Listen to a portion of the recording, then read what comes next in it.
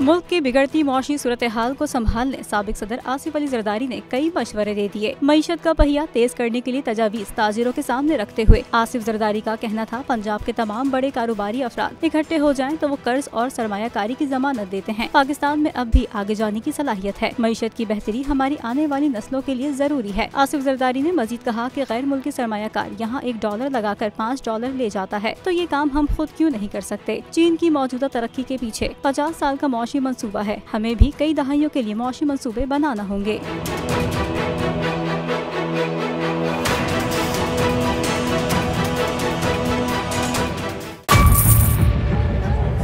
Budget 2023-24 की सबसे बड़ी ट्रांसमिशन, बोल एक मर्तबा फिर सबसे आगे।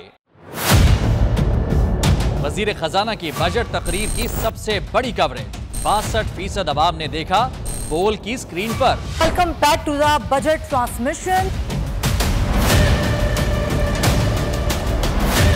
सबसे बड़े पैनलिस्ट और रिपोर्टर्स की बड़ी टीम ने बजट के लम्हे लम्हे की अपडेट से किया बाखबर अपनी आवाम को। गुजरात अदाफ में यूं कह रहा हूं कि एक तरफ ये ख्वाहिश है कि लोगों को रिलीफ दी जाए, क्योंकि इलेक्शन सर पर है, तो कोई ऐसा बजट दे जो पॉपुलिस्ट हो। क्योंकि बोल रखता है खबर के हर पहलू पर नजर। बोल है सबसे आगे, सबसे पहले। सब्सक्राइब करें और बेल दबाएं ताकि कोई खबर रह न जाए।